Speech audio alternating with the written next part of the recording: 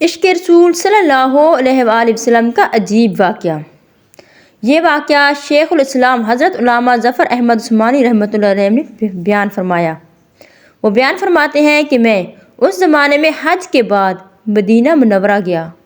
ہم لوگوں نے کھانا کھانے کے بعد دسترخوان کو لے کر ایک ڈھیر پر جھاڑ دیا تاکہ روٹی کے بچے ٹکڑوں اور ہڈیوں کو جانور کھائیں۔ لیکن کیا ہے کہ تھوڑی ہی دیر کے بعد جب میں اپنے کمرے سے باہر نکلا تو یہ دیکھ کر حیران رہ گیا کہ ایک خوبصورت 9 سال کا بچہ ان ٹکڑوں کو چن چن کر کھا رہا ہے۔ مجھے اس کی معصومیت پر بہت افسوس ہوا۔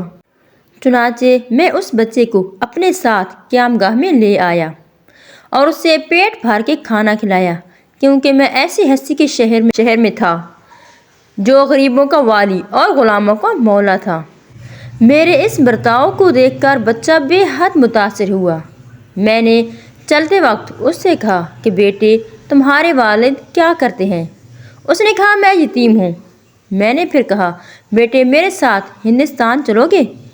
وہاں میں تم کو اچھے اچھے کھانے کھلاؤں گا، عمدہ کپڑے پہناؤں گا، اپنے مدرسے میں تعلیم دوں گا۔ جب تم عالم فاضل ہو جاؤ گے تو میں خود تم کو یہاں سے لے کر آؤں گا اور تمہیں تمہاری والدہ کے سپرد کر دوں گا۔ میری یہ باتیں سن کر اس بچے کے چہرے پر ایک سکون تھا۔ وہ مطمئن ہو گیا اور بہت خوش ہوا۔ پھر میں نے بچے سے کہا جاؤ تم اپنی والدہ سے اجازت لے کر آؤ۔ لڑکا بہت خوش تھا اور اچھلتا کودتا اپنی والدہ کے پاس گیا۔ وہ بیچاری بیوہ دوسرے بچوں کے اخراجات سے پہلے ہی پریشان تھی، چنانچہ اس نے فوراً ہی اجازت دے دی۔ بچہ خوشی خوشی میرے پاس آیا اور مجھے خوش ہو کر بتایا کہ اس کی والدہ نے آپ کے ساتھ جانے کی اجازت دے دی اور مولانا کو بتایا کہ میں آپ کے ساتھ جاؤں گا۔ میری ماں نے اجازت خوشی خوشی دے دی ہے۔ پھر پوچھنے لگا کہ کیا آپ کے شہر میں چنے ملتے ہیں؟ میں نے اس بچے کو جواب دیا اور میں نے کہا کہ جی بیٹا، وہاں پر ساری چیزیں وافر مقدار میں تمہیں ملیں گی، بس تم پریشان نہ ہو اور میرے ساتھ چلو، میں تمہاری ہر خواہش پوری کروں گا۔ مولانا صاحب بیان کرتے ہیں کہ بچہ میری انگلی پکڑ کے مسجد نبوی تک میرے ساتھ آیا اور پھر ٹھٹک کر رہ گیا۔